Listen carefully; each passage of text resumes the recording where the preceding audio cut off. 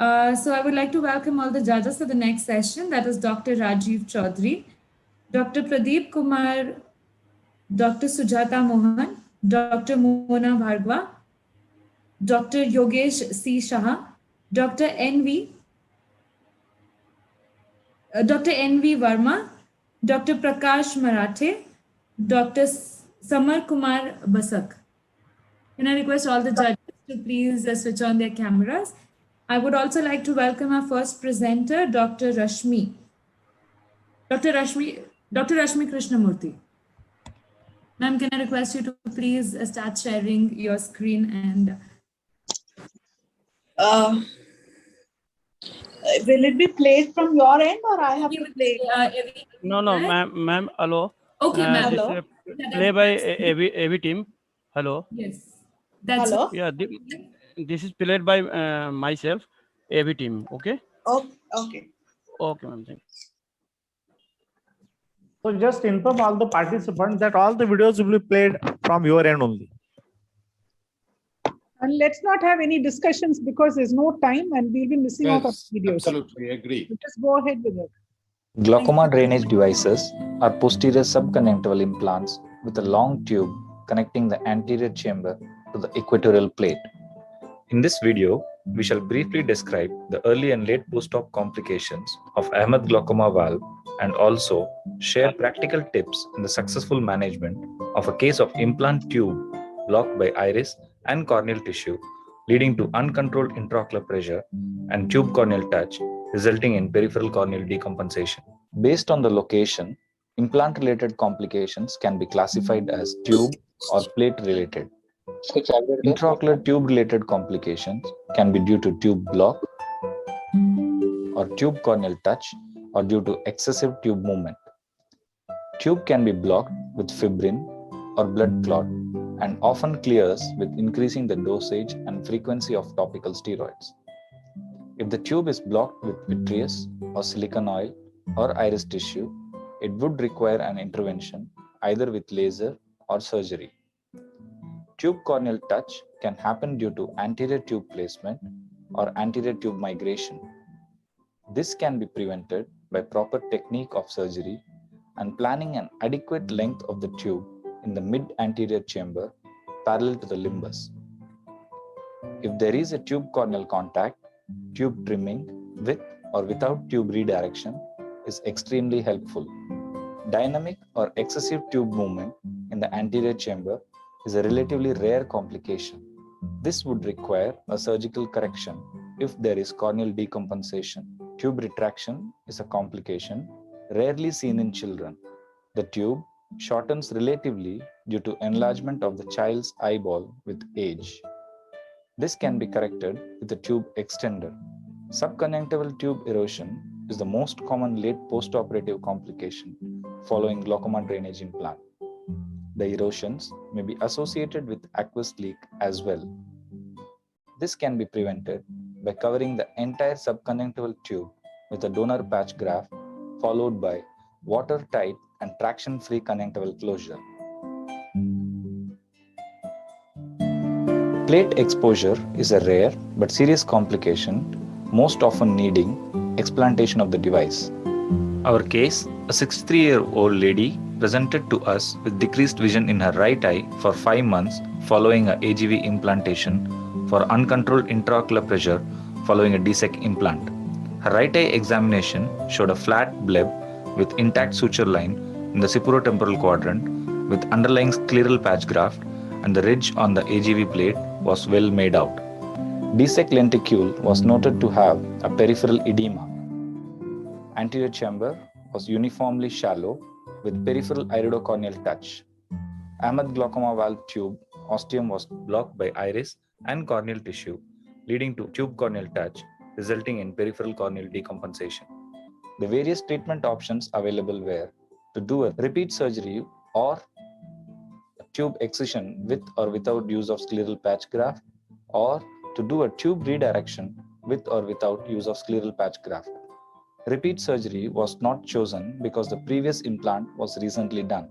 To prevent corneal complications, tube excision was an option, but we did not choose this either since the intraocular pressure was high and the eye needed a surgical intervention for intraocular pressure control.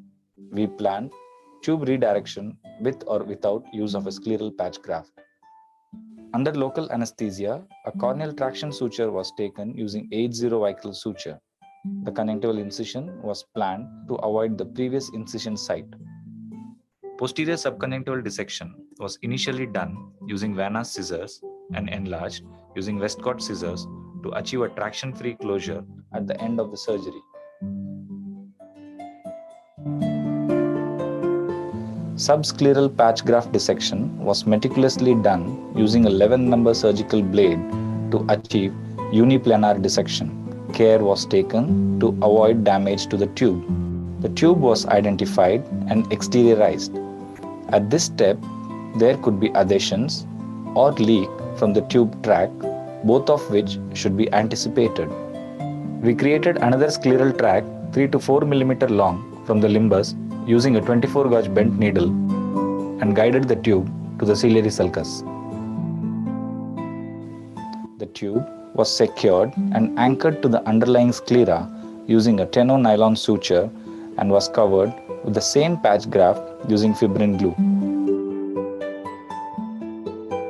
The conjunctiva was meticulously closed with continuous 8-0 Weichel suture.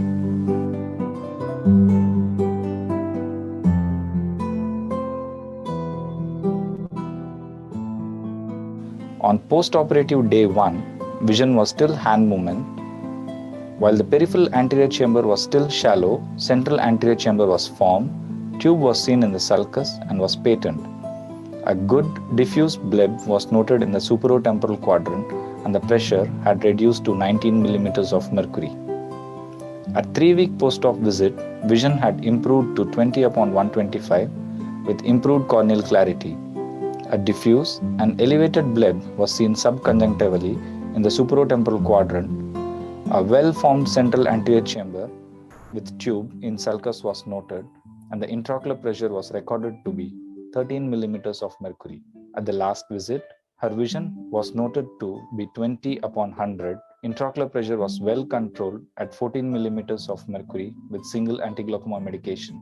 Decreased vision was attributed to advanced glaucomatous optic neuropathy. To summarize, tube block and tube corneal touch are intraocular tube-related complications that lead to implant failure and possibly corneal decompensation. These complications can be avoided by proper planning about tube placement and tube during implant surgery. Tube redirect are a relatively easy and reliable option to help salvage the failing implant and thereby prevent a corneal decompensation.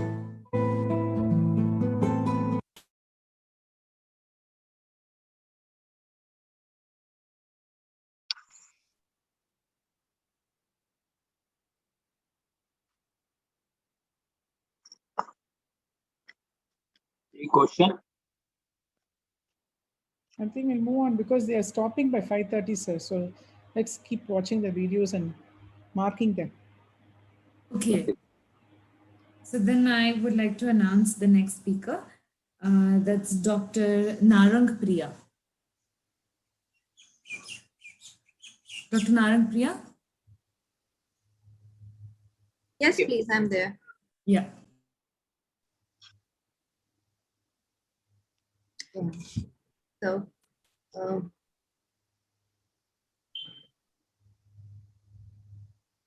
I'll just start sharing my screen. Yes, ma'am. Because your video is not here. Okay, but I had submitted my copies. Anyway, I'll run the video, no issues. Lots of procedures shown. Is it visible? Tourette-Zevalia syndrome is a clinical condition first described by Dr. Alberto Tourette-Zevalia Jr. in 1963 with wide and rigid pupils following penetrating keratoconus. In Tourette-Zevalia syndrome, patients can have normal intraocular pressure IOP or increased IOP. If there is normal IOP, there is mydriasis, photophobia, and glare. Increase in the IOP is due to a closed angle glaucoma, and the treatment is The technique of pupilloplasty, Mecanal technique, Siepser's technique, circlet technique, or the single pass 4-throw pupilloplasty. In single pass, a 9-0 or 10-0 Prolene straight needle suture is passed through the clear cornea and then iris. And from the other side, 26 gauge or 30 gauge needle passes through the pattern and iris, a loop brought out and 4 throws done. This creates the pupilloplasty effect. This has been published in the European Journal of Ophthalmology. Following penetrating keratoplasty, a closed-angle glaucoma can occur due to Uret-Zevalia syndrome, as seen in anterior segment OCT. The intraocular pressure is very high, with medication not helping. The solution is to open the angles by pulling the iris structure and then suturing the pupils together, thus making the angle from closed to open. We created a nomogram for Uret-Zevalia syndrome. If there is closed angle more than 270 degrees, 6 points traction is done. And if less than 270 degrees, 4 points traction performed. Anterior chamber can be maintained with viscoelastic or fluid through an AC maintainer or a trocar AC maintainer. A 9-0 or 10-0 straight needle Prolene suture is passed through the clear cornea and through the iris. From the opposite end, a 26 or 30 gauge needle is passed through a paracentesis and then through the iris. A single pass is created and the loop brought out through the paracentesis. Subsequently, are done sealing the pupilloplasty. A 4-point or 6-point traction can be done depending on the nomogram. There is simple pre-op and post-op. The angle has to be open, and the Uret-Zevalia syndrome can occur even after a gluteal psoriasis without a closed-angle glaucoma, photophobia. These patients benefit from pupilloplasty. Outside can help in visualization. In Uret's usually complains of decreased vision, glare, and halos. Pupils are detected to be fixed and dilated that do not respond to either. Following the pupilloplasty, the pupil is brought back to single pass 4-throw pupilloplasty. The timber hedge knot. The 4-throw holds as 1. Preoperative examination comprises of visual acuity, intraocular pressure measurements with anioscopy to view the angles, and an anterior segment optic. Often surgeons attempt to choose a non-invasive option of that helps to filter light and prevent the glare. Therapy of control of IOP that occurs due to angle crowding of the iris tissue into the anterior chamber angle, leading anterior synechia. Performing a surgical pupilloplasty by causing mechanical traction and pulling up the iris from the angle. Viewing and assessment of the anterior chamber angles is extreme. Zevalia syndrome. The mechanism of Uret-Zevalia syndrome. It is probably multifactorial. Most likely, iris and acute rise in intraocular pressure. The iris into contact with the peripheral cornea, which can produce and thus trigger the scenario. Another hypothesis is the iris to topical agents. Subsequently, Uret-Zevalia other than penetrating keratoplasty. It has been reported organ laser peripheral iridoplasty, phakic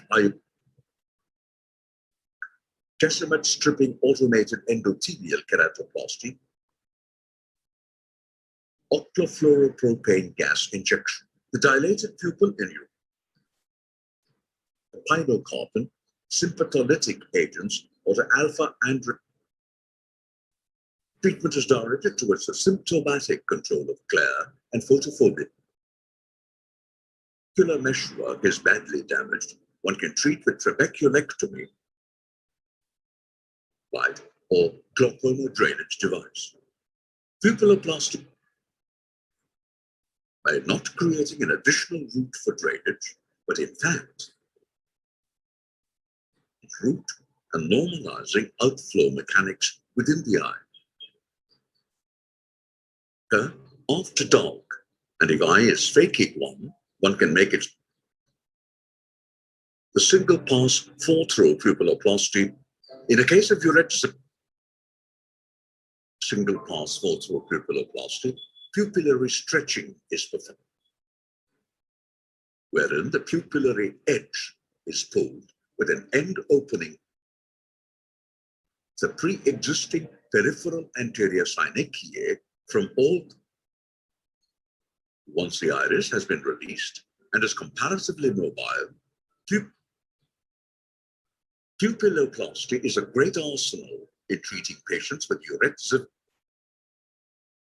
Can be combined with pre-Decimet's endothelial keratoplasty or any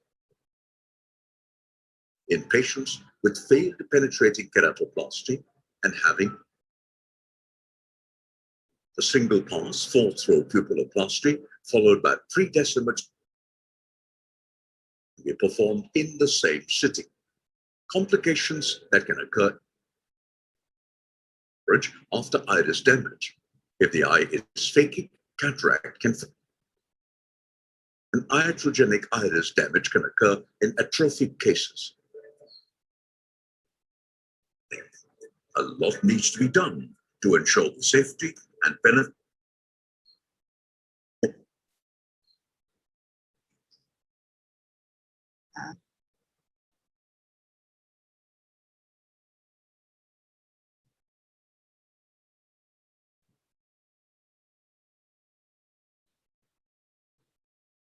If that is done, can we proceed with the next presentation?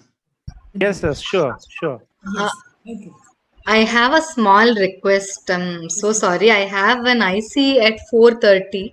Can I please present after this one next? After that? What's your My name is Dr. Lakshmi. My the number? What's yes, your- VT 236. Oh, yeah. That is the 7th one. Yes, ma'am. Others are okay. I'm okay with it. Yeah, it's fine. Okay. So after 138, you present. So, Okay. for now, I would like to invite Dr. Arvind Kumar Moria to please. Good afternoon, everyone. Good afternoon, sir. Please play my video.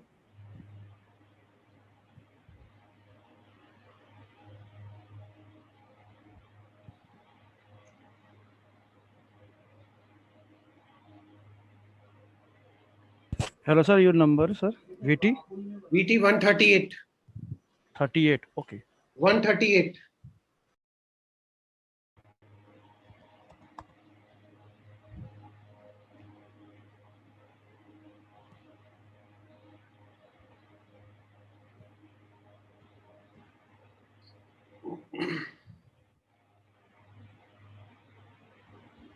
A 11-year-old male came with complaint of sudden onset, gradually progressive, painful decrease of vision in his left eye associated with watering, redness, and photophobia following a Lyme injury while playing. On examination, his best corrected visual acuity was finger count at 3 meters with 360-degree limbal ischemia with total macular corneal haze. Left anterior segment detail were not appreciable. After giving general anesthesia and cleaning and draping of right eye and a universal eyelid speculum was placed under aseptic precaution, a superior rectus bridal suture was passed. A conjunctival bleb is created with fluid just behind the selected area of the biopsy. A conjunctival peritomy of 2 clock hour and 3.5 to 4 mm from limbus is done to create a limbus-based conjunctival flap until the insertion of Tenon's capsule at the limbus. The flap is reposed and the conjunctival part is excised off.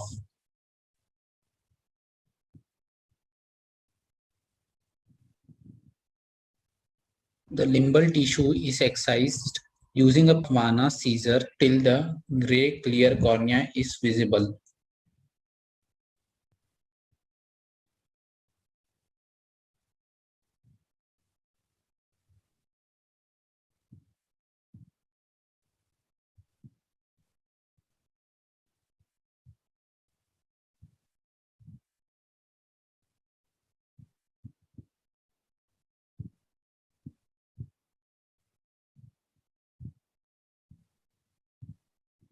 This limbal tissue should be preserved in balanced salt solution. This tissue should not be left to dry. A conjunctival closure is done using 80 Vicryl sutures.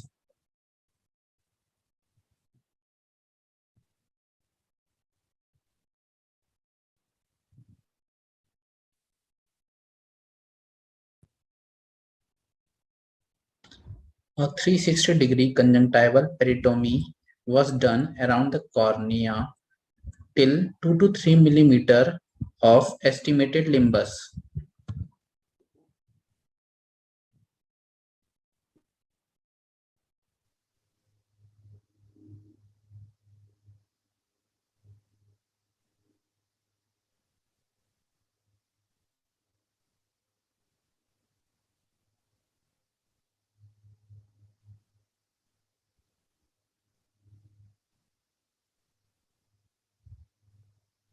Dissection is then carried forward using a Vanna scissor to release the conjunctival pannus covering the cornea from the limbus.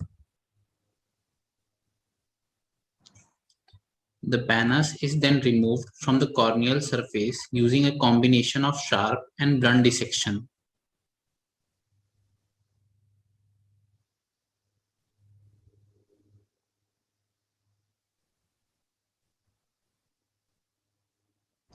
A recession of the surrounding conjunctiva is performed by blunt dissection using tenotomy scissors, following which a corneal debulking is done by removing the corneal epithelium by using 15-0 blade. It should be performed carefully so that the corneal stoma won't get damaged while trying to reach a clear corneal plane.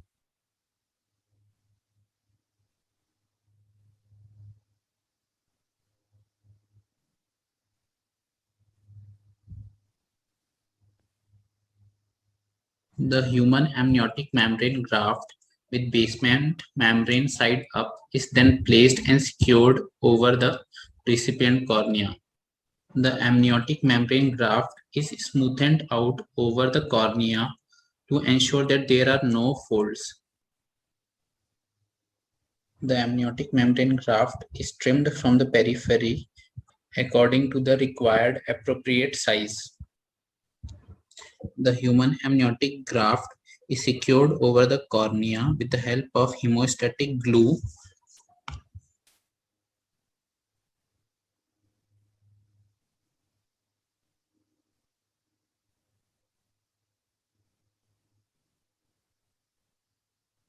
Similarly, the other half of the graft is folded by a non-traumatic forceps and hemostatic glue is placed between the graft and the cornea so that the graft gets properly secured.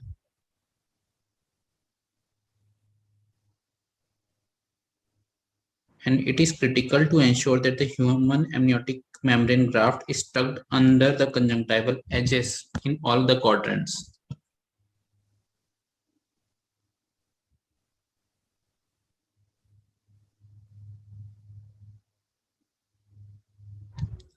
The limbal tissue is then removed from the BSS solution and are cut into 6 to 10 pieces of appropriate size with the help of Vanna scissor.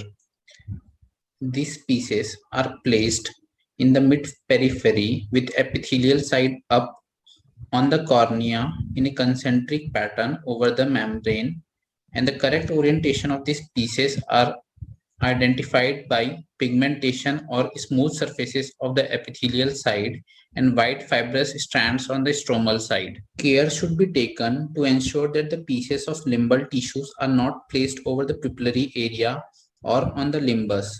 A drop of hemostatic glue is placed over each pieces to ensure that they adhere to the amniotic membrane graft.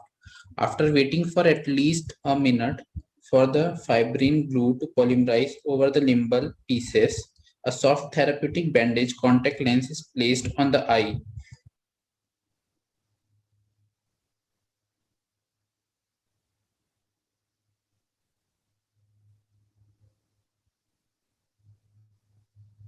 Post-operatively, at 3 months, his vision recovered to 6/24 parts and the corneal haze get resolved with absorbed amniotic membrane graft. The advent of simple limbal epithelial transplantation combined the simplicity, cost-effectiveness, and wide reach of direct limbal transplantation with the donor eye safely assured by cultivated limbal epithelial transplantation. In a single stroke, this brought down multiple barriers challenging patient doctors when confronted with severe limbal stem cell deficiency.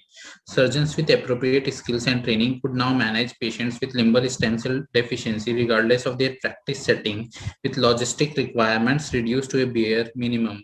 Likewise, patients with this complex eye problem no longer need to make the pilgrimage to a distant tertiary care center with sophisticated laboratory facilities.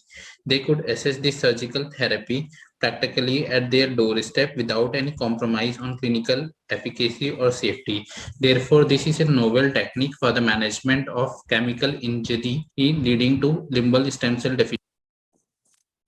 Thank you. Thank you so very much. Thanks, doctor. Very well performed. Excellent surgery. Thank you, ma'am. Any questions from others? I think this is One question, sir, for you. My question is basically this was the acute chemical injury which has happened. So in such cases, usually amniotic membrane alone would suffice for the purpose rather than the sled bits from the other eye in the acute stages actually. Yeah, but the amniotic membrane along with tenonplasty would be adequate in such case scenarios, usually in the acute stages. yeah, totally agree with you. But To epithelize the surface. this vision was reduced to finger counting only. So we needed that along with this SLT also. So that added advantage for early rehabilitation of vision. Yes, sir, totally agree. But in acute stages, the main aim is to salvage the surface and prevent it from breaking down so that the epithelization is complete, and then later on we can correct for the visual rehabilitation. Yeah, so we managed to do it in a single stroke. How old was the injury, sir? How soon did you do this? 2-week old injury.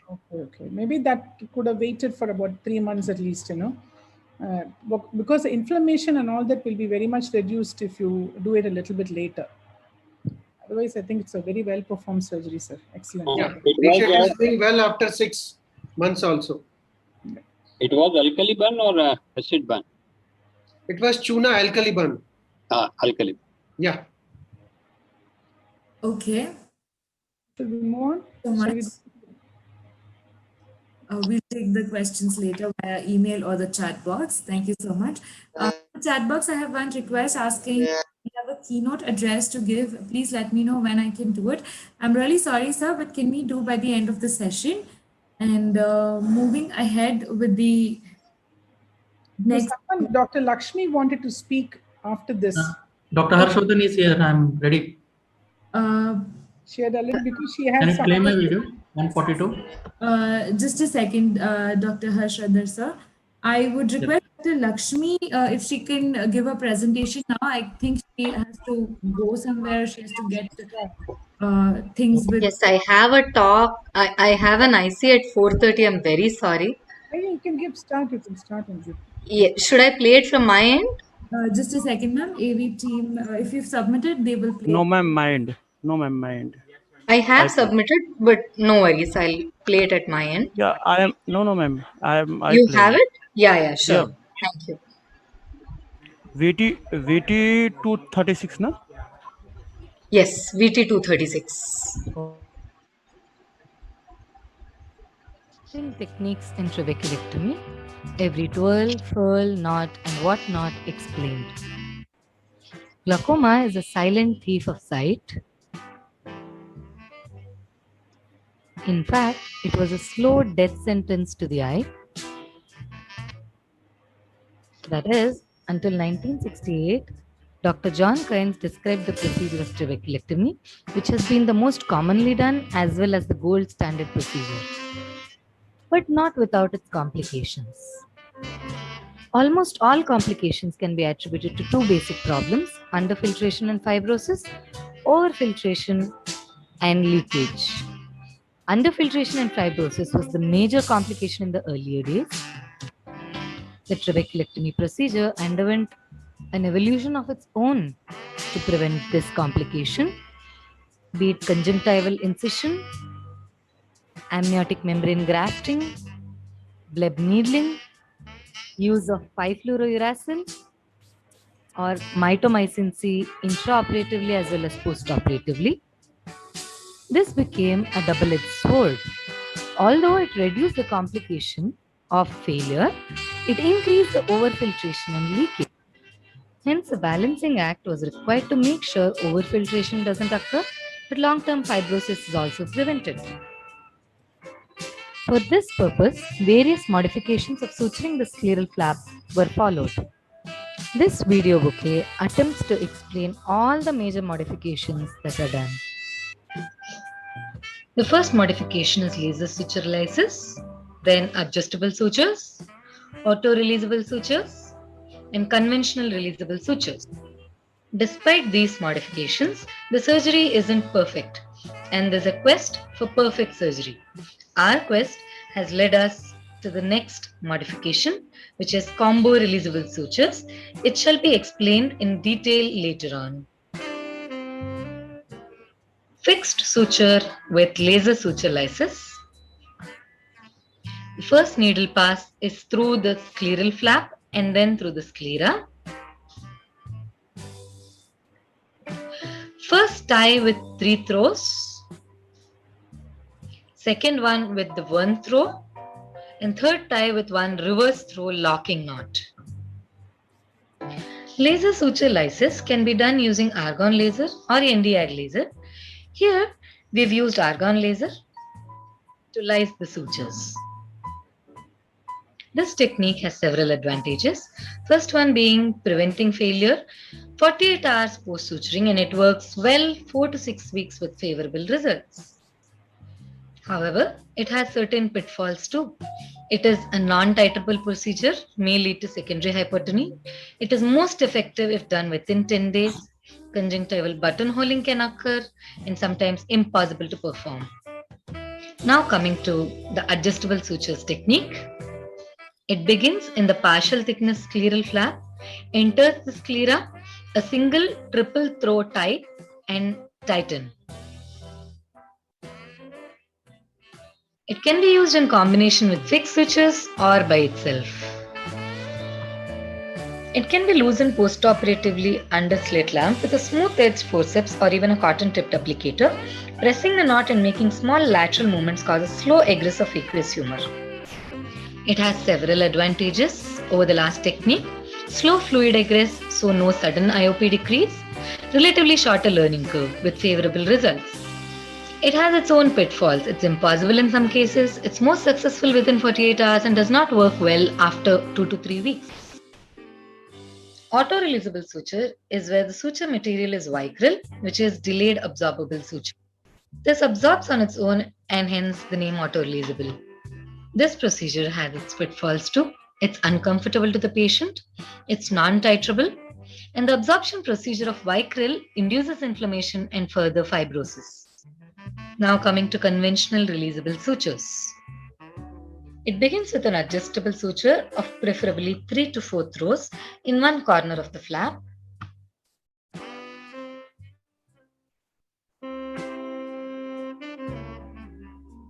Then the needle passes transsclerally and transcorneally to come out onto the cornea. One more pass transcorneally.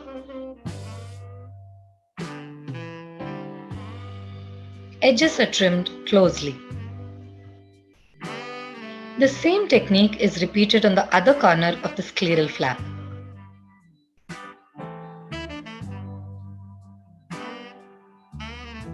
These sutures can be released post-operatively under slit lamp under topical anesthesia by just pulling on the free ends of these sutures.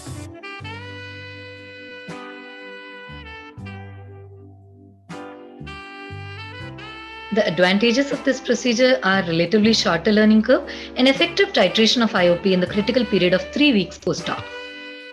The pitfalls of this procedure are the risk of bleb infection from the open end of corneal suture, windshield wiper keratopathy, and discomfort to the patient.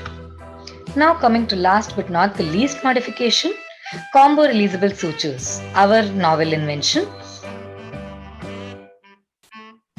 This technique, like the conventional releasable sutures, begins with an adjustable suture on one side of the flap.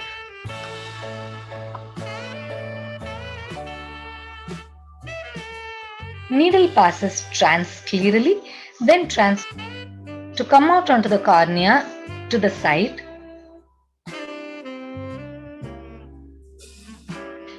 Needle passes then transcorneally and then transsclerally to come out at the adjacent sclera, leaving a small loop. A single triple throat tie adjustable suture is done at the loop. Trim the suture ends closely. To re-emphasize, this starts with an adjustable suture, then a transscleral transcorneal throw, then a transcorneal transscleral throw, to end with an adjustable suture. This can be released by cutting this portion right here under slit lamp and then pulling over it. The video hang. It has several distinct advantages. Yes, sir. Since the past 3 minutes it's hung. The video is stuck. I tried to put it in the less risk chat box, but it's stuck at one point. There's a significant difference in between doing nothing at all and small consistent effort. AV team, something went wrong. And discomfort to the patient. The advantages of this procedure are relatively shorter learning curve and effective titration of IOP in the critical period of 3 weeks post-op. The pitfalls of this procedure are the risk of bleb infection from the open end of corneal suture, windshield wiper keratopathy, and discomfort to the patient. Now coming to last but not the least modification, combo releasable sutures, our novel invention. This technique, like the conventional releasable sutures, begins with an adjustable suture on one side of the flap.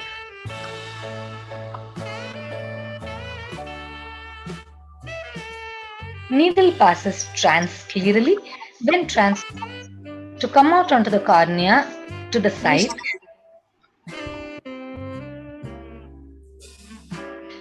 Needle passes then transcorneally and then transsclerally to come out at the adjacent sclera, leaving a small loop. A single triple throat tie. AV team, it's stuck again. I'm sorry.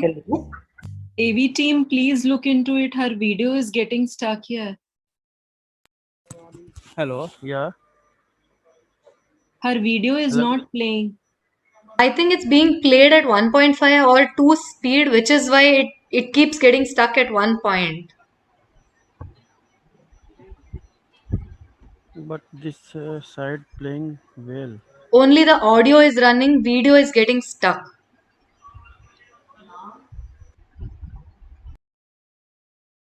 If you have, then you proceed. Okay.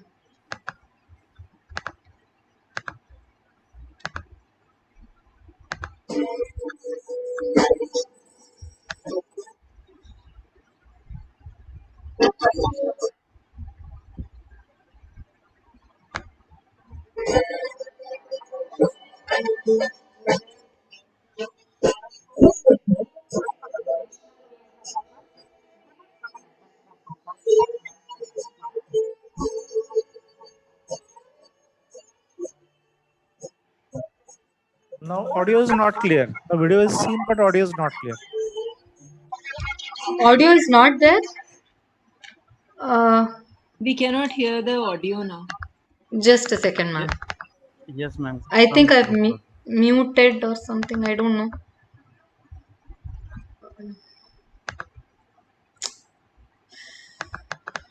This video is some problem, ma'am. No, when I sent it, it was fine. I'm sorry. I don't know what to do now. Is it audible now? Ma'am, I think you can just sum up whatever the contents were there in video. I think most of the video we have already seen. Okay, sir. So combo releasable sutures, basically we pass an adjustable knot at one end of the flap and then we pass it through the cornea, and there is a transcorneal suture in between. Instead of leaving the end open-ended, which causes irritation to the patient, and then when we come back, we tie the other end of the flap with an adjustable suture using this. So the adjustable part comes within the 2 weeks. We can do it for up to 4 weeks. We have tried it in a pilot study in our institute, and we just have to cut the transscleral corneal pass, and then when we pull one, it works as a releasable suture. It is a releasable suture when we cut it. But we haven't done a long-term study. We don't know the long-term results of this yet. It's just that small consistent efforts help us getting the perfect surgical technique for trabeculectomy, and this is our effort into it. Okay, thank you, madam. Prakash sir, Partha here. Prakash sir? Yes, sir. Yes, sir. Partha here. Rajiv sir is there, Prakash sir is there, Mona and Sujata. Small request actually. So the president has requested that the session ends at 5:25 because the chief guest is starting at 5:30. Yeah, don't worry because we are not. We'll try to finish it. Okay. Yeah. Okay. We'll finish it. Thanks, Don't- Atan. We'll finish Thanks, it. Atan. Thanks, Atan. Sujata. Thank No you problem, very much. no Thank you, everybody. Thank you. Please carry on. Yeah, next presenter you can take, please. No question in between. I hope the video should run smooth. I would like to welcome Dr. Harshvardhan Patil. So can I request you to please present your... If you can play my video 142. Yes. Hello. AV team will do that, sir. Everyone. One thing I must Well, clear here. It is we the all might responsibility have of the presenter. experience It is the responsibility of the by injecting presenter. the intraocular lens. Okay, you have Sometimes started. the trailing haptic of the intraocular lens gets stuck in the cartridge. The This video is happens not most visible. of the times. The video is not visible. AV team video I is will not made visible. from Indian manufacturers. Hello, you can stop Here that. I will be presenting an innovative technique to how to AV team, can we stop the video, please? Yes. Let me clear one thing. I think it is the responsibility of the presenter to share the video. If he is not able to present, then the AV team will be doing that.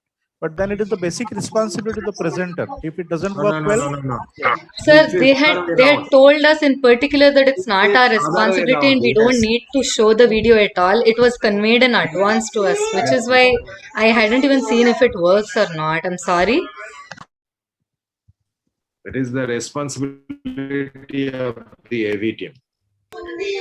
That's what I was told, sir. I was told it's the responsibility of AV team. We don't need to because we can't edit the videos in between. That is what I was told, and I'm so sorry this happened. okay, ma'am, no issue. Shall I share the video or will the AV team share it? AV team. Okay. Okay. Sir. Also request... well, we all might have No, the video is not visible. the presenters to please keep their presentation or their video ready. By chance, if the AV team... My video is ready. Shall I share? Thank you. We can start the video. Yes, ma'am. Yes, sir. You.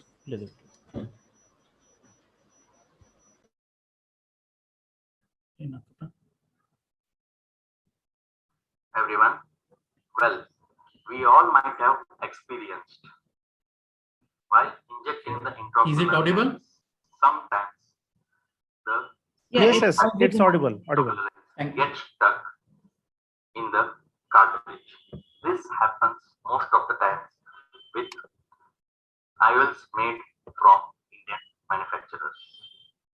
Here I will be presenting an innovative technique to how to get out of this situation without damaging the haptic of the intraocular lens. So let's start.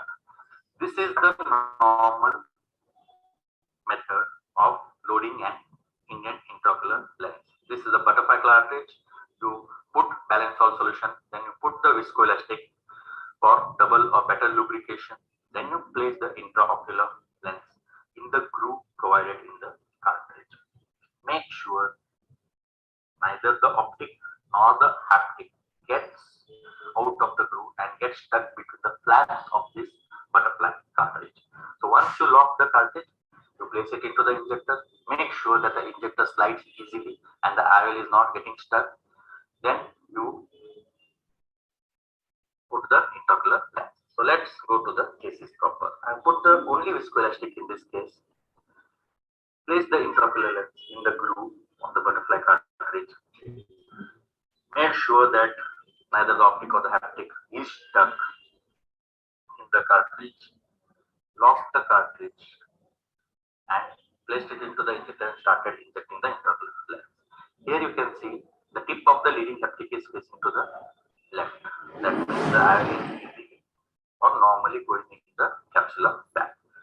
But what happens? The trailing haptic doesn't come out totally. So with the little pull from the dialer, with each act stabilizing the eye, especially in topical anesthesia, phacoemal situations, and the trailing haptic comes out without any damage. This IOL can easily dial into the back. So with a little bit of push, more effort, and a little bit of counter traction from the dialer, you could place this IOL in the back. But this doesn't happen in all the cases. Here you can see the tip of the leading haptic is opening to the right. That means there is some problem in the loading and proper releasing of this intraocular lens. Here you can easily make out that the trailing haptic has gone between the sponge, blue color sponge of the injector and the wall of the cartridge. So this haptic doesn't come out with the counter traction from the dialer. So what do you need to do? You need to pull it out with the McPherson. Hold it with the McPherson, pull it out. This IOL could easily come out because less than 1/3 of the haptic was stuck in the cartridge. So less than 1/3 of the trailing haptic is stuck. You can usually dial this IOL into the back without any damage to the haptics. Well, I could relate and future cases to a very famous Mr. Bean cartoon, The Lift. Mr. Bean tries to enter the lift while the doors were closing. See what happens next. His teddy was stuck in the doors of the lift, and the lift gets stuck because of this. That's what happens when your haptic of the IOL gets stuck in the cartridge and you can't proceed further. So let's see one more case. Your leading haptic is going fine, all right, but the trailing haptic has got stuck in the cartridge between the sponge and the wall of the cartridge. This is happening now very recently, in the last 6 months, with Indian-made IOLs because they have narrowed the tip of the cartridge so that your IOLs can go into incisions, and they change the quality of the sponge. So the sponge is not hard, it's very, very soft. So it goes between the haptic and the wall of the cartridge. So what I'm doing here, I'm giving a relaxing cut in the cartridge to release the point of traction where the haptic of the IOL is getting stuck in the cartridge. So after giving the relaxing cut with the keratome, the haptic comes out. You can easily pull it out with the McPherson, and you can place this IOL in the back. Let's see what Mr. Bean is doing. He's trying to pull his teddy through the stuck doors. What happens? Excessive traction causes the ears of the teddy to change. Mr. Bean is very, very scared and unhappy. He is missing his teddy very much. So let's see how we can relate this situation to our next case. The haptic is not opening properly. It's trying to fold the other way. The trailing haptic has got stuck. I am trying to pull it out with the McPherson. More than half of the trailing haptic is got stuck. If it was less than 1/3, it would have easily been pulled in with the McPherson. So what I do, I try to give a relaxing cut like I did in the last case. So let's see if the haptic of the IOL comes out. So in spite of giving a single relaxing cut and then trying to pull the haptic out with the McPherson, see what happens. Excessive traction, all the points of traction were not released with a single relaxing cut, and the haptic of the IOL gets cut. Yes. So you can't place such IOLs in the back because it can subluxate, it can cause PCO. So what happens in Mr. Big cartoon? They give a little bit of counter traction to the lift of the door and then pull the teddy. That starts the lift again and the teddy is out. So important is giving counter traction. So instead of giving one relaxing cut, in my next case series of cases, I started giving two relaxing cuts with the keratome. One on either side of the stuck haptic. Here I give one a relaxing cut on one side. I do a similar thing on the other side of the stuck haptic. So by giving two relaxing cuts, all the points of traction which are present between the haptic, the sponge and the wall of the cartridge are released. Most important step is, instead of pulling with the McPherson, just lift the flap between the two cut margins with the colibri or a keratome. That just releases the IOL out of the stuck cartridge without damaging the intraocular lens. So this intact intraocular lens, you can easily dilate into the capsular bag. This saves the day and future complications of IOL related problems. IOL is intact, I'm dialing it into the capsular bag. So the most important is two relaxing cuts on either side of the stuck haptic and lifting the flap. So after everything, Mr. Bean got his teddy bag and is very, very happy. He likes to go home and sleep. This technique, you can easily go back and have a peace of mind. Thank you very much for your patient hearing. Thank you.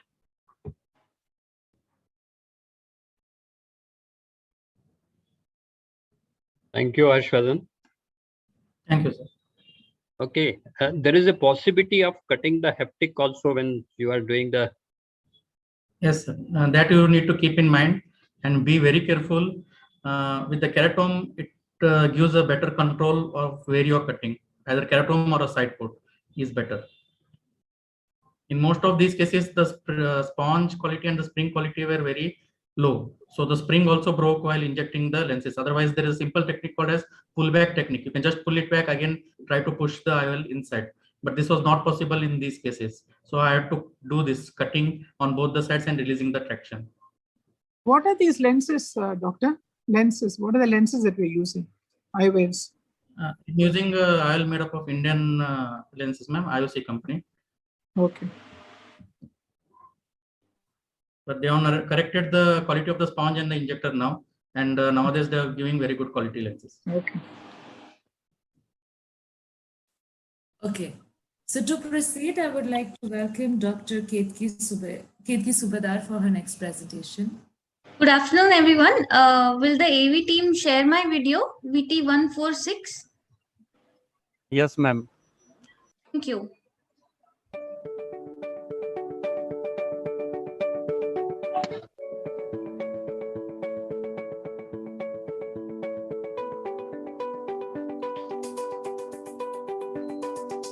Problem नहीं आना चाहिए अपने इसमें, अपन यहीं से करेंगे. इसकी speed check करेंगे कितनी.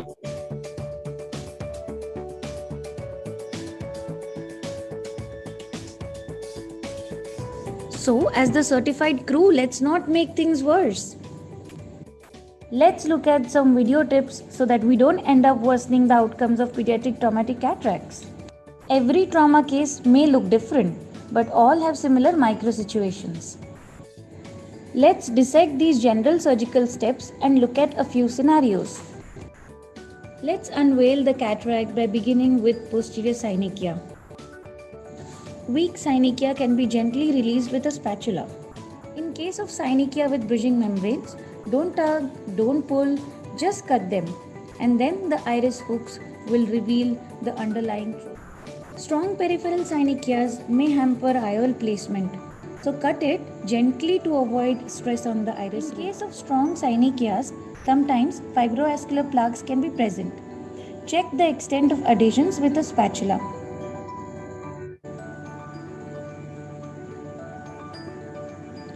These are better dealt with the scissors. Avoid primary IOL implantation to prevent inflammation. Use vitrectomy cutter for the fibrovascular plaques.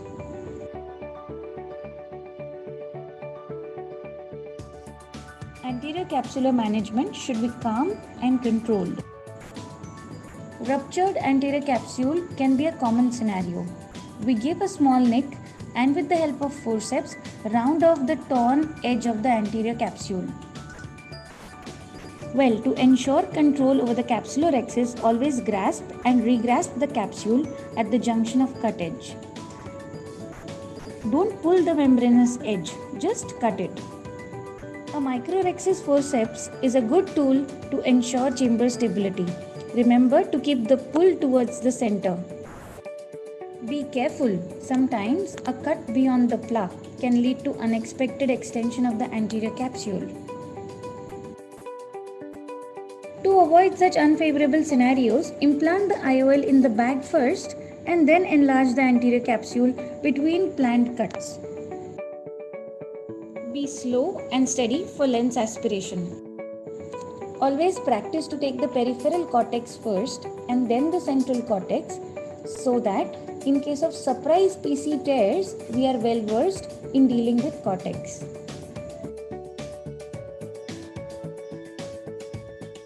The residual central cortex comes with ease. To avoid repeated changing of hands, deal with half cortex at a time, including capsular polishing of the same side at low vacuum before switching the hands. Always use viscoelastics before bringing out the irrigation cannula to avoid chamber collapse. Tilt the globe to see for cortex under the scarred area. Plaques are common. Peel them or cut them. While dealing with plaques, first identify a plane of separation, then release it from the periphery. Cut any adhesions on the way. Check for any vitreous attachments before pulling it out. When the plaque cannot be peeled, cut it open with scissors. Prefer 3-piece IOL in all trauma cases. Loading the 3-piece IOL is tricky. The leading haptic goes inside the cartridge. Leave the trailing haptic outside, even in the cartridge and in the injector. Enter the eye with bevel down of the cartridge. Turn the cartridge to the left side till you see the haptic coming out. Then turn it down. Slowly then turn it to the right side. Leave the trailing haptic outside for unforeseen circumstances. Posterior rex is done in all trauma cases. We prefer to do a retro IOL posterior rexis and vitrectomy in order to safeguard in the bag implantation of IOL. We prefer to do limited anterior vitrectomy to avoid the chance of future retinal detachments. In case one has to do vitrectomy before putting the IOL, look for fluttering of the PC to know the completion of vitrectomy. Once the flutter stops, vitrectomy is complete as seen here. Suturing is mandatory for all pediatric cases. Check for any leak carefully, as even a small ooze can lead to infections. Let's look at two commonly encountered special situations. In this case of membranous cataract, we released the synechia first, cleaned the pigments, and then dealt with the anterior capsule. We opened the anterior capsule to deal with the membranous cortex in the periphery. Assess the extent of plaque adhesions.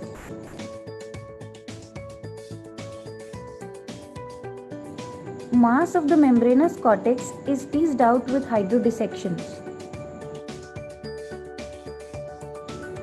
Cortex is aspirated completely to expose the underlying posterior capsular plaque.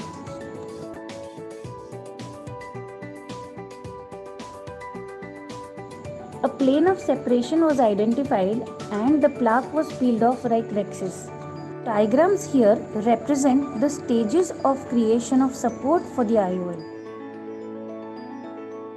We demonstrate another interesting case of pre-existing PC defect where we use the technique of vitrectomy alternating with cortex removal. The irrigation cannula should always be directed away from the vitreous cavity. A liberal vitrectomy is done whenever the cortical aspiration is hindered.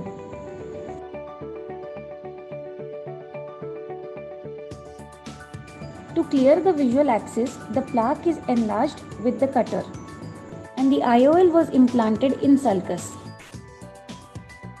Our study done on pediatric traumatic cataract shows promising results. So the crux of it is, keep all your weapons ready before planning a pediatric traumatic cataract. Thank you. Hope it helps in preserving eyesight in children. Nice video, Dr. Ketki. Thank you. Well managed cases. Thank you, ma'am. Okay, so moving on, I would request Dr. Prasashana Pramod Thakur to please present her talk, present her video. The authors of this video have no financial interest. Corneal collagen cross-linking has been proven to cause stabilization of keratoconus and has got FDA approval in April 2016. But the big question which haunts all of us is, what about the quality of vision and life? If we do a textbook survey of the treatment options, it provides us a variety of options which will help in stabilizing the progression of keratoconus. But the question is there nothing we can do about the visual quality? Topo-guided photorefractive keratectomy requires a minimal corneal thickness of 450 microns. The procedure had good visual outcomes. However, its limiting factor was the thinnest pachymetry. The Cretan protocol ablated 50 microns of the central cornea and hence works better for central cones. When people in different geographical areas have customized their lifestyle based on topography, why should we treat all keratoconus the same? Isn't it time to apply our clinical skills for customization of treatment? We know the cones have different sizes and shapes. So, our research question was, is there any way we can achieve visual outcomes comparable to topo-guided PRK? Is there any way to localize and decenter the zone of ablation? Well, now there is. Introducing TREC.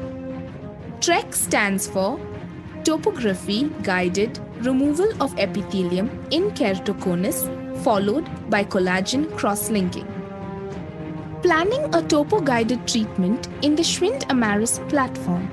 The offset of the cone is measured from the pupillary center from the anterior tangential curvature map, followed by measuring the long and short axis of the cone.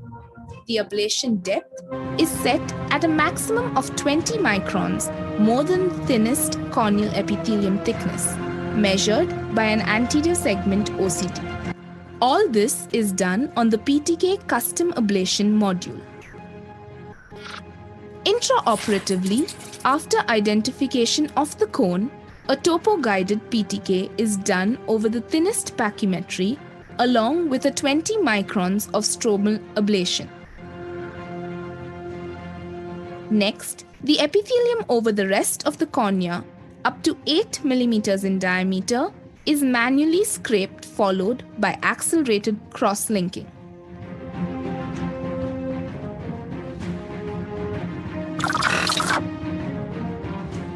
There was a significant improvement in post-operative, uncorrected as well as corrected visual acuity, and the procedure had a good safety profile with reliable results time after time.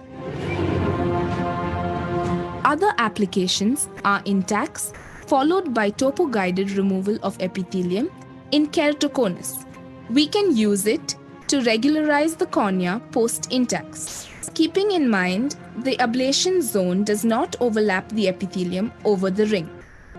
This gives the patients much better visual outcomes than the intacs alone.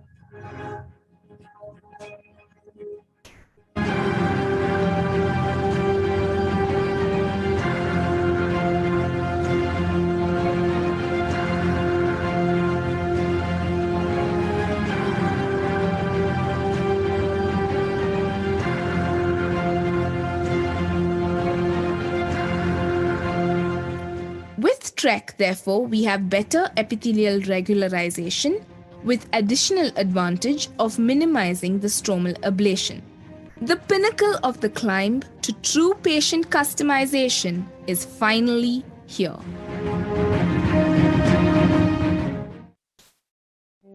The authors of this video have no financial interest.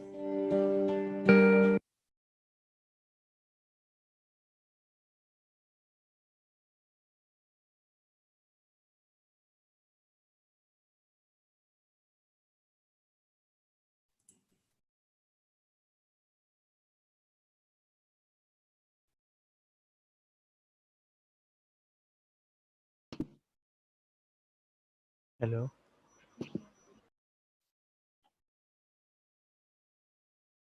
Hello, I think you can stop on sharing and then the video is over, I feel. Yes, sir. Video is over. Yes, I think we are in time. If we want to have few questions, we can, like 1 or 2.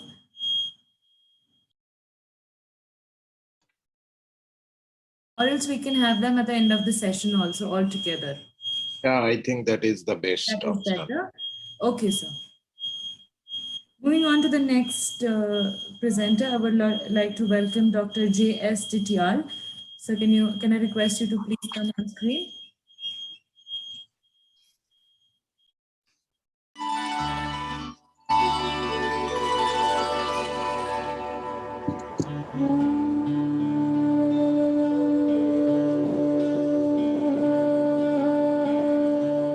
Intraoperative optical coherence tomography, or IOCT, provides a real-time high-resolution imaging of the ocular ultrastructure and enhances our understanding of the surgical dynamics during phacoemulsification. IOCT helps to visualize the incision architecture, assesses the intralenticular pressure during capsulorhexis, observe completion of hydrodissection and hydrodelineation, depth of trenching, or efficacy of CHOPS during nucleus emulsification, and evaluates the posterior capsular integrity at all steps of surgery. At the beginning of surgery, IOCT helps to visualize the corneal thickness and presence of any corneal scars and incisions. The depth of radial keratotomy incisions and scarring may be clearly visualized. In silicone oil-filled eyes with emulsified oil in the anterior chamber, the oil droplets on the corneal endothelium seen on IOCT indicates a compromised endothelial function. The depth of anterior chamber and the extent of iridocorneal touch can be assessed in cases with extremely shallow anterior chamber. In addition, the posterior capsule status and its integrity may be evaluated in challenging cases such as post-traumatic cases, post-intravitreal injections, and the post-vitrectomy eyes and the posterior polar cataracts. IOCT helps to assess the architecture of clear corneal incisions, including the incision length and the planarity.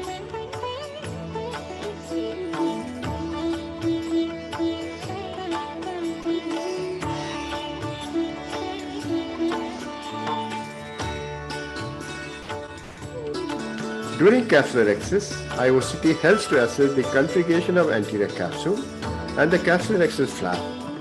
Any disturbance of underlying lens cortex during capsular access can be visualized. Capsular access is challenging in intumescent white cataract with raised intralenticular pressure due to a risk of eminent extension of radial tears. IOCT guided management enables completion of continuous calvulary capsular access in intumescent white cataracts and helps prevent rhexis-related complications. In hypermature Morgagnian type cataracts, the release of milky fluid and resultant decrease in intralenticular pressure can be visualized in real time along with the concavity of anterior capsule after fluid release. The completion of hydrodissection and delineation can be assessed using IOCT. Clinically, cortical cleaving hydrodissection is confirmed by visualization of circumferential fluid wave and upward movement of lens iris diaphragm. Similarly, hydrodelineation is indicated by the appearance of golden rings separating the endonucleus from the epinuclear cushion. IOCT helps visualize the real-time dynamics during hydro procedures. The separation of the posterior capsule from the cataractous lens can be directly visualized on passage of fluid wave. The plane of separation during hydrodelineation can be observed along with the formation of epinuclear cushion. The magnitude of posterior capsule distension and the decrease in the height of cleavage planes during lenticular decompression are clearly seen. Inadvertent hydrodelineation during cortical cleaving hydrodissection can be visualized, which may be useful for trainee surgeons to help modify their surgical techniques. In posterior polar cataract, hydrodissection is conventionally avoided.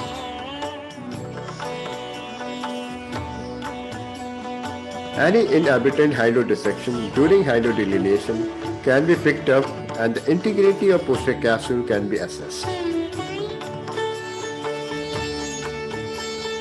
Intraoperative OCT helps to determine the depth of trench and the position of phacoemulsification tip while chopping in relation to the posterior capsule. It guides the surgeon regarding the need for deeper trenching and aids in positioning the second instrument at the correct depth for successful cracking the nucleus. IOCT guided nuclear emulsification may be help in training surgeons to improve their surgical technique and prevent complications. The relation of instruments to both posterior lens capsule and corneal endothelium may be continuously assessed and the plane of emulsification of nuclear fragments can be controlled.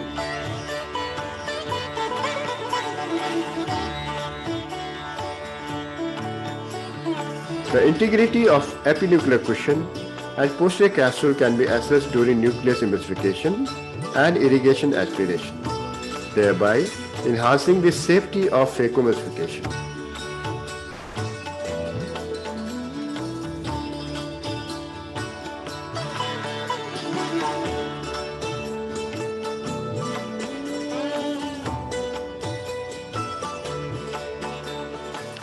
IOCT helps to assess the intraocular lens position at the end of surgery and detect tilt or displacement of intraocular lens.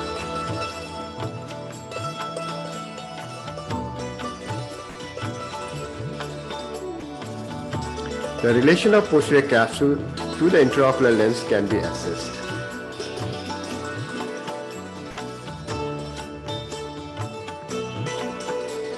The configuration of posterior capsule can be visualized and the distension of posterior capsule during wound hydration can be seen.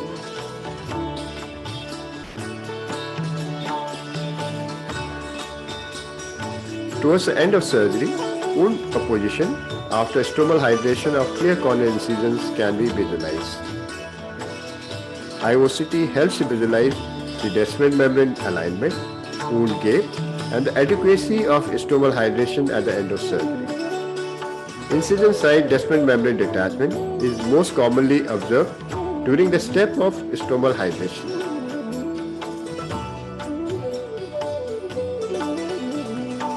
IOCT helps to detect the DMD and assesses the need of any intervention such as air injection at the same sitting. Intraoperative optical coherence tomography is a useful teaching tool for residents and fellows as it enables the trainee surgeons to visualize their surgical steps, tissue instrument interaction in real time, and enhances their understanding of intraoperative dynamics.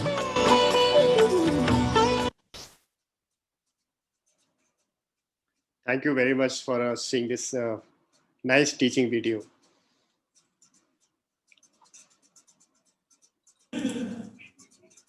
Okay, thank you so much, sir. Questions at the end of the session for sure, because we have enough time. Moving on to the next presenter, Dr. Samar Kumar Basak. Can I request you to please come on screen? Yeah, I'm there. Thank you. DMEC PD. Give a little more. वो बंद ही नहीं करा मैंने. The authors do not have any financial interest in this film.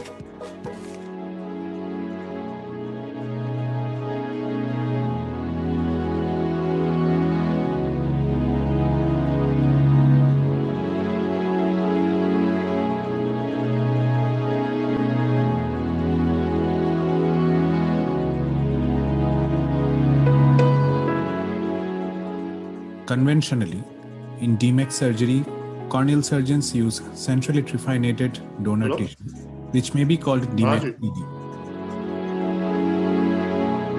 What's all that? बड़ा अच्छा रहा था. In any endothelial keratoplasty, there is a constant effort by the surgeons to give more endothelial cells. That is why there are so many variations of techniques in DMEC surgery. This video tells a story about the use of peripherally triffined donor tissue for DMEC surgery, or DMEC PD. The idea is to give more while keeping the surgeon's own comfortable technique the same. We know that peripheral endothelial cell density is more than central endothelial cell density by 9 to 22% from a paper published over 35 years back.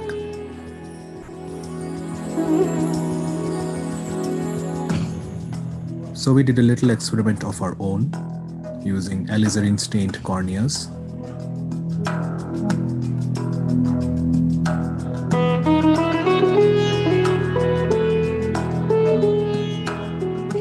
Which were then split into 5 parts, and then the microscopic photographs were taken. These microscopic images were analyzed using ImageJ software. This confirmed that the peripheral endothelial cell density is more, and that the superior cornea has the highest endothelial cell density. Recently, using a mathematical model, Lee et al. Showed that endothelial cell density increases from center towards periphery, and eccentric triffination increases the number of transplanted endothelial cells per graft. Eccentric triffination is not practical for PK or DSEC. However, in DMEC we can use eccentric graft. We deliberately choose the superior cornea for eccentric DMEC PD graft. Donor preparation in fact starts during the in situ excision of the corneoscleral button. During surgeon preparation of the DMEC PD graft, the technique is as follows. Using trypan blue dye, the previous 2 linear scratch marks are identified. These are then made prominent and extended to the peripheral cornea with a marker pen. A 8.5 mm template mark is placed on the epithelial side with superior eccentric location. The tissue is then flipped with the endothelial side up on a Teflon block, and a 9.5 mm partial triffination is done, again with superior eccentricity. Trypan blue dye is then applied to stain the cut margins. The peripheral DM endothelium beyond the trifine mark is stripped off, and the descemet edge is identified and gently loosened all around.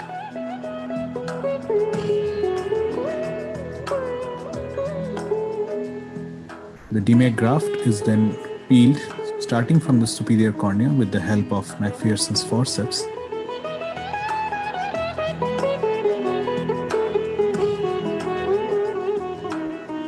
And keeping a 3 to 4 millimeter hinge near the inferior part.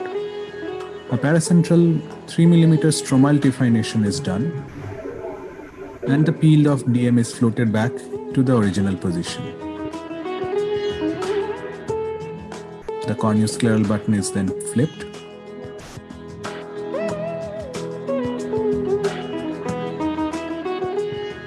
And a stamp is put on the DM side after drying through the trephinated window. The cap is replaced and the tissue is flipped again with the endothelial side up. Now, an 8 millimeter trephination is done with superior eccentricity with extreme care so as to harvest most peripheral donor tissue.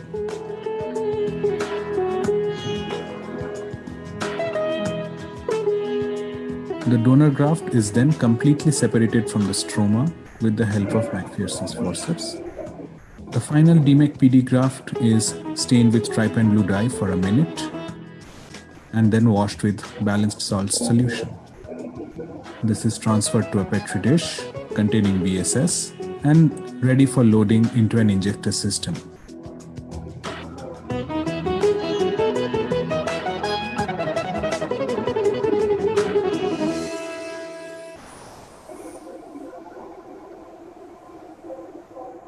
So we published our results, and the mean endothelial cell density in DMAC PD at 6 months and 1 year was significantly higher than that of a centrally trephined DMAC graft. Let us see a few examples.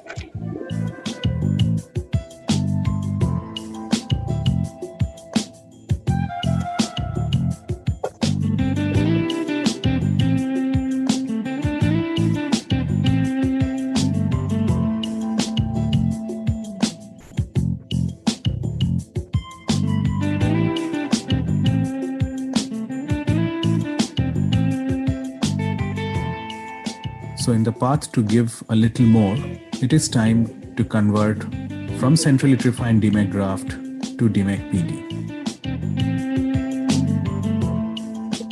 Thank you for watching.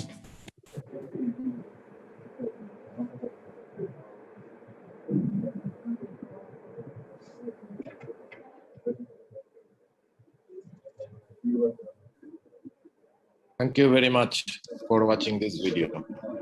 Very nice video, sir, as usual. I'll just take a second. I miss on with the schedule. I need doctor.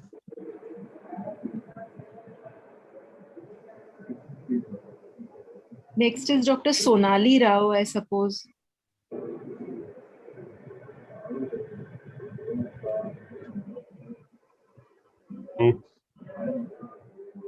If that is so, we can proceed with the session. And done. True muscle transplantation surgery for large angle exotropia. Managing large angle exotropia of more than 70 prism diopters can at times be laborious with the various surgical techniques available, such as supramaximal recession and resection, hangback and hemi-hangback recession, muscle recession with spacer, and 3 or more muscle surgery.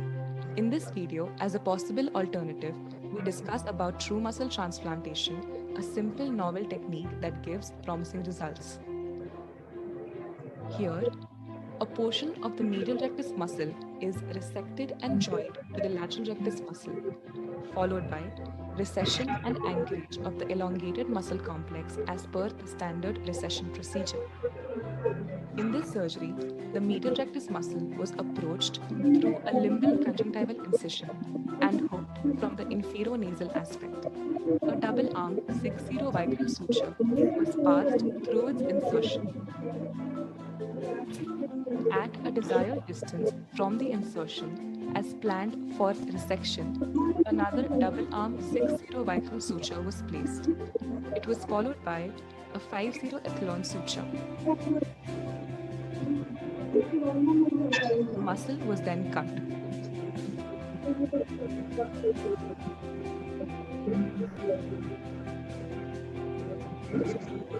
The resected medial rectus muscle was kept aside in saline.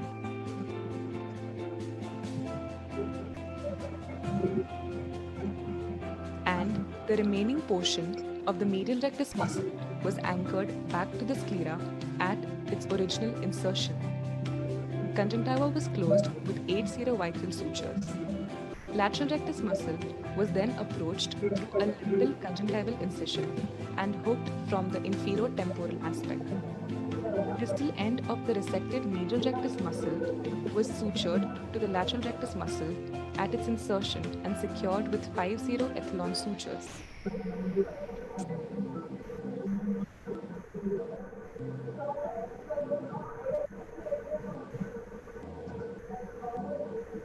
With this technique, surgery on the dominant eye can be avoided.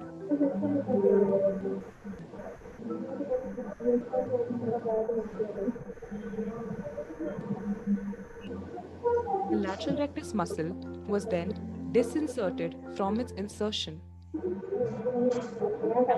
Now elongated, medial rectus lateral rectus muscle complex was anchored to the sclera with 6-0-vitral sutures as per the standard recession procedure.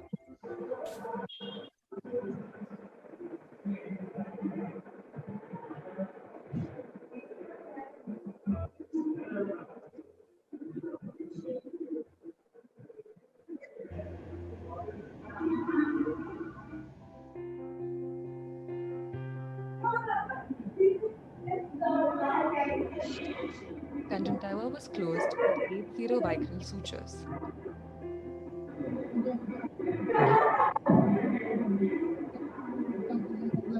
Here is a case series of 7 patients with sensory large-angle exotropia of more than 70 prism diopters who underwent true muscle transplantation surgery. From the first post-operative day, good ocular alignment with no lateral concomitants was observed in all the patients who underwent this uniocular procedure.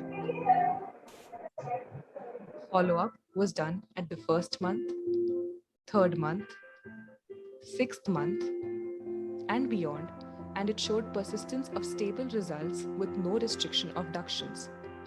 2 patients became orthophoric. Residual exotropia of less than 5 prism diopters was observed in 2 patients and 10 prism diopters in 3 patients.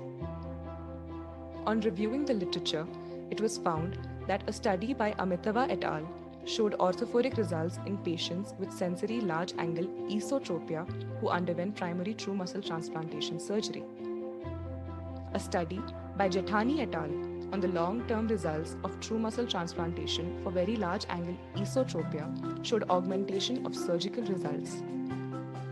It was concluded that true muscle transplantation can be an alternative option for large-angle esotropia. Utilizing the same principle, we present the first study on managing large-angle exotropia with true muscle transplantation surgery. In conclusion, true muscle transplantation is a simple uniocular technique that gives stable results and can be considered as an alternative to manage large-angle exotropia.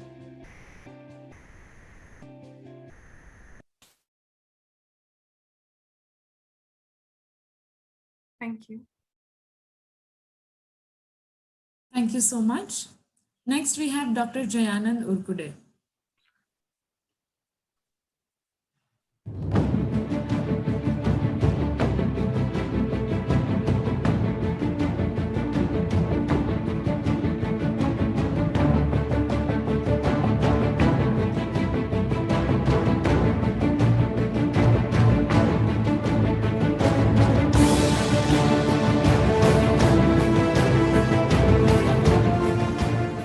Microspherophakia is an uncommon bilateral development anomaly of crystalline lens, characterized by abnormally lax and broken zonules, resulting in a small spherical globular lens. In severe cases, it may be seen in the anterior chamber or the pupillary plane.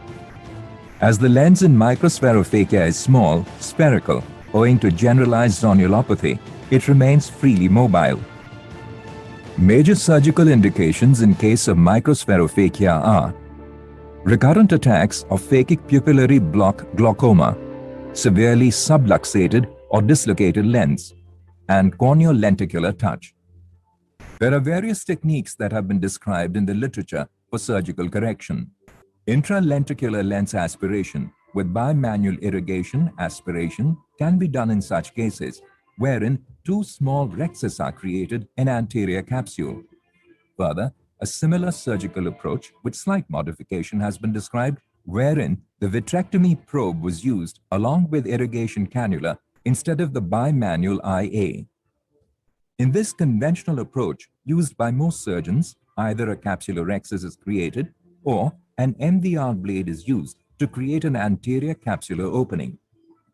The main problem associated with both the techniques is the absence of any countertraction force and excessive mobility of the lens during manipulation. Most of the surgeons face a major challenge during this step and may land up with a posteriorly dislocated lens or an inappropriately large capsular tear, which may result in migration of cortical matter in vitreous. We describe a new technique for the effective and controlled endocapsular lens aspiration in cases of microspherophakia, the kissing NVR technique. Two clear corneal stab incisions are placed at 180 degrees apart at 3 o'clock and 9 o'clock. In such cases, despite several attempts, it may be difficult to create capsular bag openings by using a single MVR blade. Further, the lens is pushed posteriorly with the movements of MVR increasing risk of posterior displacement. Peripheral iridectomy is created in supranasal quadrant. Viscoelastic is then injected near side ports to create space for maneuvering instruments. At this stage, the surgeon decides to use another MVR blade from the opposite side to provide counter-traction to the initial MVR blade. Two 23G MVR blades are held facing each other and simultaneously introduced through corneal stab incisions and engaged at the equator of the lens or just posterior to it, forming a dumbbell sign. MVR blades are then moved towards each other until the surgeon senses a giveaway feeling. Once the MVR tips touch each other, blades are then withdrawn back. A good hydrodelineation is carried out with the help of 25G BSS cannula without disturbing the peripheral cortex. 25G bimanual IA probes are then introduced in the capsular bag through equatorial openings in retroillumination mode. The central core of the lens is aspirated first, followed by removal of the peripheral cortex. Intracameral pilocarpine is then injected, and the empty capsular bag is removed with a vitrectomy cutter. Finally, triamcinolone-assisted limited anterior vitrectomy is performed, and the anterior chamber is formed with BSS. The major difference in conventional approaches and kissing MVR technique is that our technique involves the simultaneous introduction of two 23G MVR blades into the capsular bag approximately 180 degrees apart at the equator or just posterior to the equator. This simple maneuver helps as one MVR gives stabilization and counter-traction for the opposite MVR while puncturing into the bag. In our technique, simultaneous horizontal and forward force is applied on the lens to make entries into the capsular bag, while in conventional approach, vertically downward force is applied to create openings in the anterior capsule, which can increase the risk of posterior displacement of the weakly supported microspherophakia lens. The rationale behind the ideal site of entry being equator or just posterior to it, as compared to routinely done openings in the anterior capsule, is that the capsule is relatively thicker and hence stronger in this area and has more resistance to tear, thus minimizing the risk of extension anteriorly or posteriorly. Another advantage of equatorial openings is the good visibility of both instruments through the undisturbed anterior capsule, as well as easier surgical maneuverings owing to the good distance between them. Pilocarpine causes forward shift of the iris diaphragm, which leads to further crowding of the anterior chamber and displacement of the lens posteriorly to the pupillary plane, making the surgery more challenging because of the small size of the pupil. In cases of anteriorly dislocated lens, we did not use intracameral pilocarpine, but created peripheral iridectomy at the very beginning of the surgery. In our technique, the bimanual IA probes are used to lift and support the freely mobile capsular bag lens complex and helps to maintain it in the central visual axis. The most crucial point is the initial aspiration of the core lens, followed by removal of cortical fibers from the periphery, while keeping the cortical plates around the capsular openings intact till the end of the procedure, decreasing chances of capsular openings extension. Our technique of kissing MVR was performed in 8 eyes of 4 patients with microspherophakia. Using our technique, endocapsular lens aspiration was successfully performed in all patients without any intraoperative difficulties and complications. Postoperatively, at 3 months follow-up, the IOP was well controlled with best corrected visual acuity of 0.12 plus minus 0.11. We believe kissing MVR technique is a safe and effective approach and allows controlled endocapsular lens aspiration in cases of microspherophakia, even with a severely mobile lens. Thus, our technique is simple, precise, and reproducible, and has the potential to optimize the surgical and visual outcomes.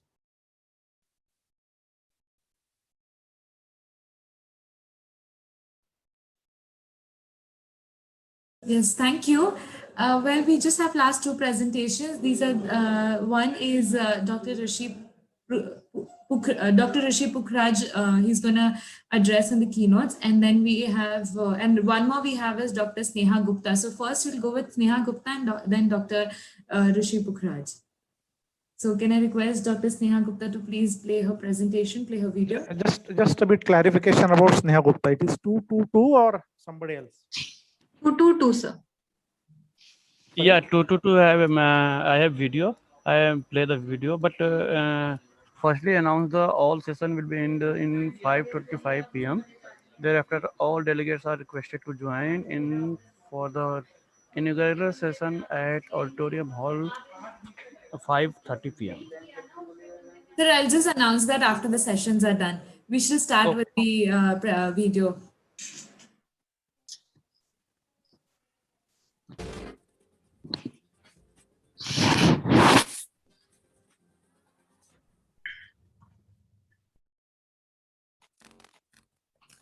The authors have no financial interest in the subject matter of this video.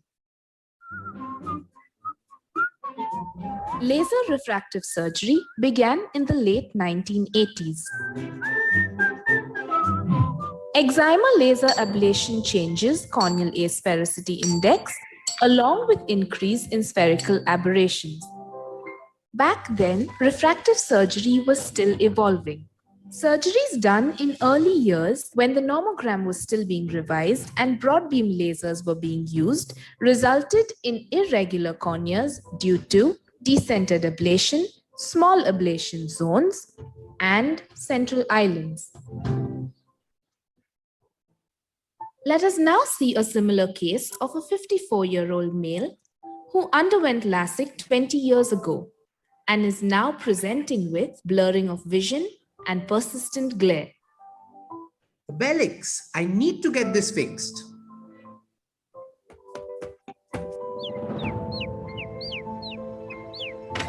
Panoramix, can you fix my problems? Let me have a closer look.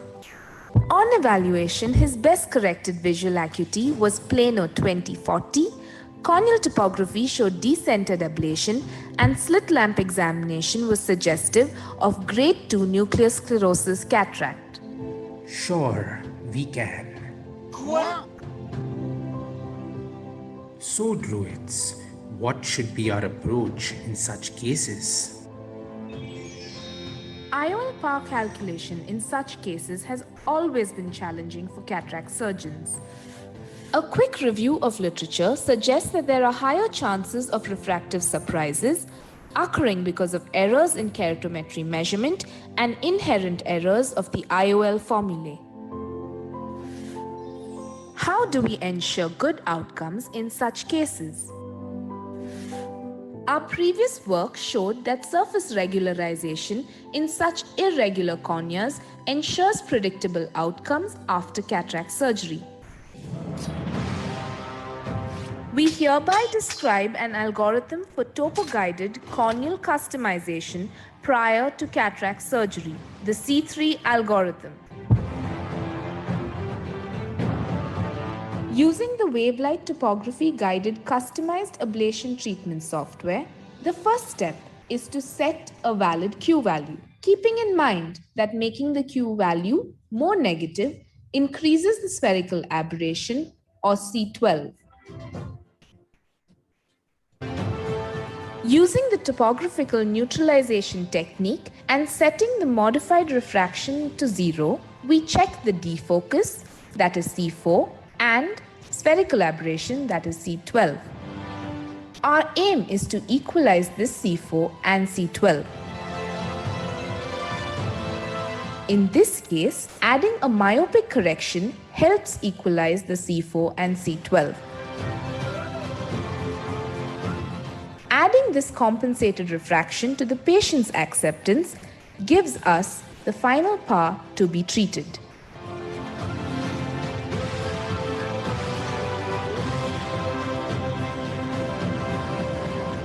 After correcting the corneal irregularity and ensuring stability of the EKR-K readings over 3 consecutive follow-ups, our next step is to calculate the IOL power using the ASCRS post-refractive surgery calculator. The appropriate values are added from the EKR map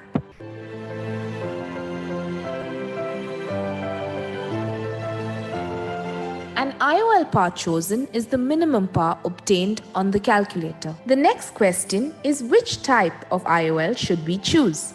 It is suitable to implant aspheric IOLs in such cases depending upon the type of ablation they have undergone. In hyperopic laser ablation, we choose an IOL with a positive spherical aberration, and for myopic laser ablation, we choose an IOL with negative spherical aberration. Coming back to our case, an 18 diopter IOL with negative spherical aberration was implanted and the patient had best corrected visual acuity of 20/20. To summarize, in post-refractive surgery for eyes with regular corneas, IOL power is directly calculated using the ASCRS calculator. In those with irregular cornea, a preferred approach would be to regularize the cornea using topo-guided customized ablation treatment.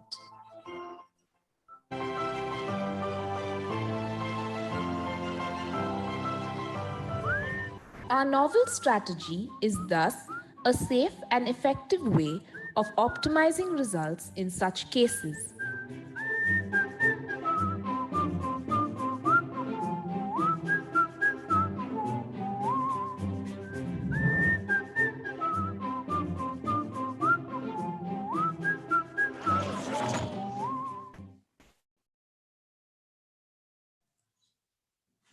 Thank you so much. Moving on to the last presentation, Dr. Rishi Pukhraj, can I request you to please come on screen? Thank you, ma'am.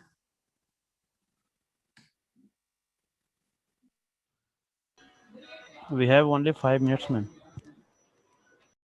Yes, that's okay. It will be done, sir.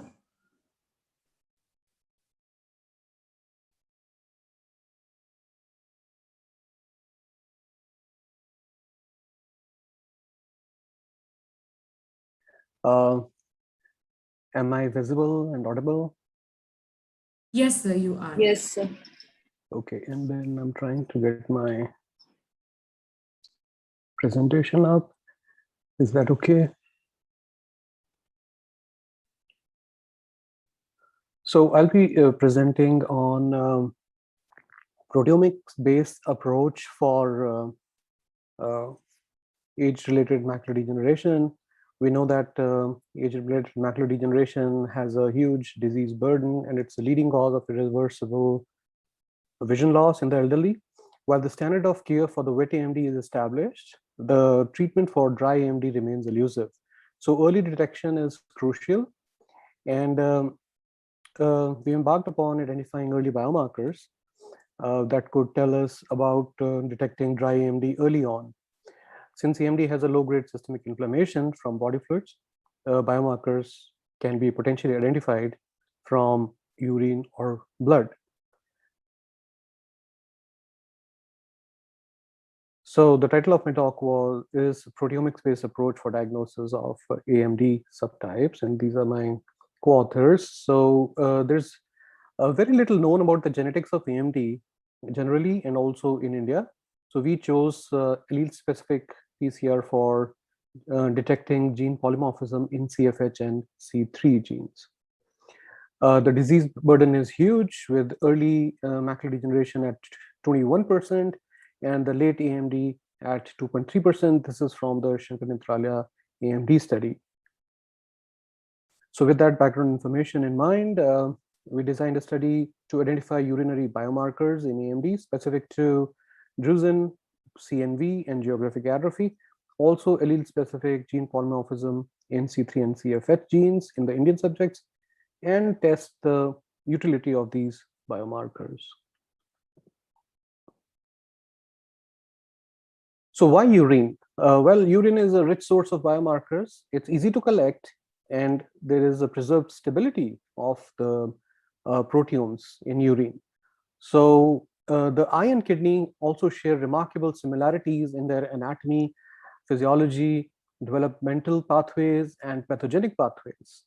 And an association between chronic kidney disease and AMD was well established by studies like Blue Mountain Eye Study.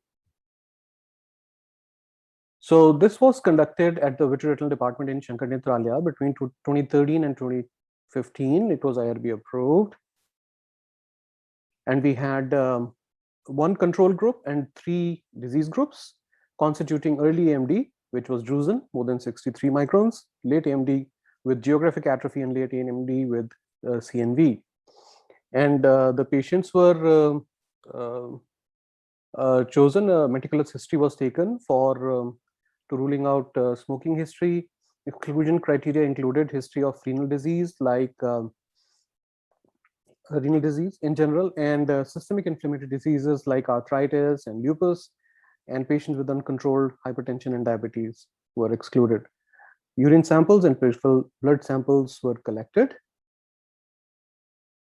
And these study arms were classified according to the international classification. Urine samples underwent mass spectrometry, and blood samples underwent PCR. Validation of urinary samples after mass spec was done by ELISA.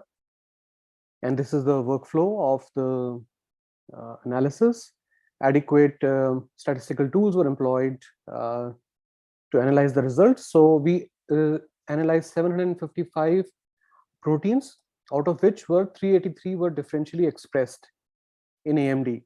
And out of these 383, 48 matched with the previous proteomics AMD database.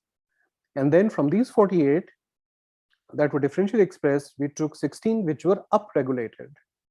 And of these upregulated proteins, we finally chose 3 proteins as biomarkers, which showed a gradual increase in fold change from early to the late AMD, because AMD is a slowly progressing disease. So the 3 proteins were SERPINA1, TIMP1, and APOA1. And this is a representative image of the spectral images of the 3 proteins from mass spectrometry. And this box and whisker plot shows the urinary protein levels in all the groups, including the control and the 3 disease arms. And here we can see there is a multifold increase in SERPINA, and 15 times in geographic atrophy for APOA, and 4.5 times more in geographic atrophy.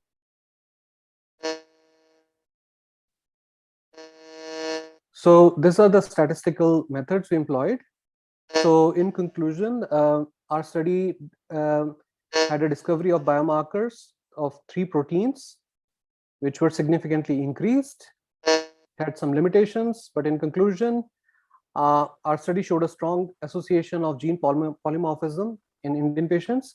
And with these 3 biomarkers, we can have an early intervention by identifying cases for potential therapeutic use.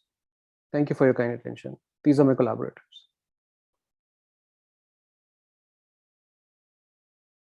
Thank you, sir. Hello, sir. It was nice study. Thank you. Thank you. So, yeah, thank you. Extreme apologies, sir. We couldn't give you much of a time because your name wasn't in our schedule. Extreme apologies to Sneha ma'am also. We don't have much time. We actually have no time left for Q&A. We will proceed for the inauguration. I request everybody to please visit Elder Hall.